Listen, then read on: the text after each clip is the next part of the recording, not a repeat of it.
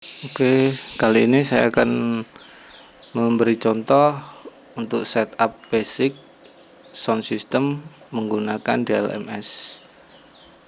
Untuk setup kali ini kita ambil contoh sistem paling sederhana, yaitu two-way atau kita menggunakan full range plus subwoofer.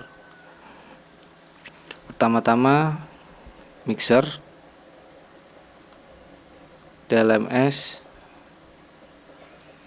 satu power untuk subwoofer yang kita pakai dengan mode stereo.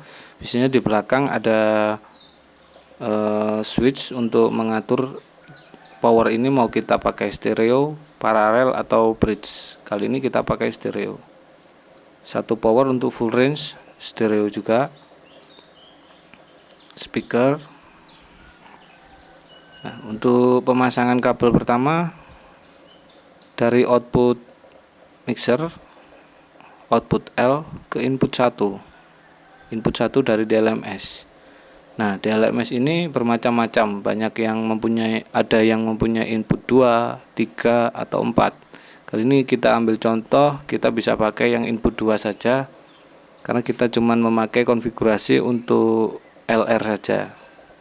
Selanjutnya output kedua atau output R masuk ke input 2 DLMS.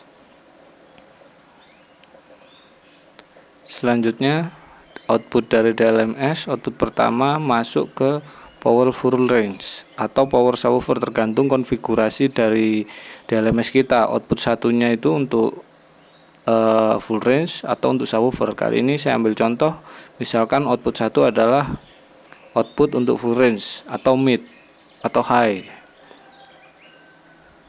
Output 1 ke input 1 power. Selanjutnya output 2 ke input 2 power.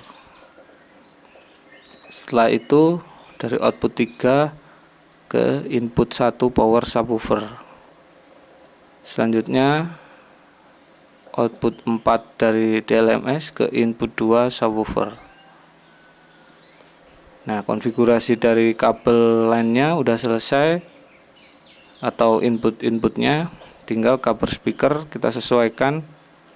Untuk input 1 kita pasang ke speaker 1, output 2 ke speaker full range 2. Demikian juga untuk subwoofer, output 1 ke subwoofer pertama, output kedua ke subwoofer kedua.